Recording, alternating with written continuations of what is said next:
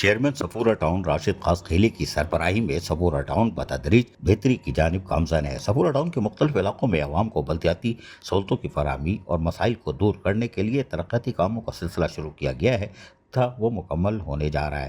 سکندر گوٹ union committee 1 میں vice chairman Saqib Rajput کی زیر نگرانی پانی کی لائن کے 60 سال پرانے مسئلے کو حل کیا جا رہا ہے، جس پر علاقہ مکینوں نے چیئرمین صفورہ ٹاؤن راشد خاصقیلی کو زبردست الفاظ میں خراج تحسین پیش کیا۔ اسی طرح سچل میں گرین بیلٹ کی درستگی کے ساتھ ساتھ اسکول کی دیوار پر خوبصورت نقش و نگاری کے کام کے ساتھ مختلف جگہوں پر سڑکوں کے نیٹ ورک کو بہتر کیا جا رہا ہے۔ جوہر کمپلیکس یونین کمیٹی 5 میں فیملی پارکس کی تعمیر کے ساتھ ساتھ گرین بیلٹس اور چوراہوں کی تعمیر کا کام بھی جاری ہے تاکہ لوگوں کو بہتر سفری سہولتیں میسر آ سکیں۔ چیئرمین صفورہ ٹاؤن راشد خاصقیلی نے کہا ہے کہ صفورہ ٹاؤن کو کراچی کا بہترین ٹاؤن بنانے کے لیے ترقیاتی کاموں کا سلسلہ جو شروع کیا گیا تھا اس میں متعدد منصوبوں کو جہاں مکمل کر چکے ہیں، لیکن ہم اپنے 26-27 مہینے میں صفورہ ٹاؤن کو ماڈل ٹاؤن بنائیں گے۔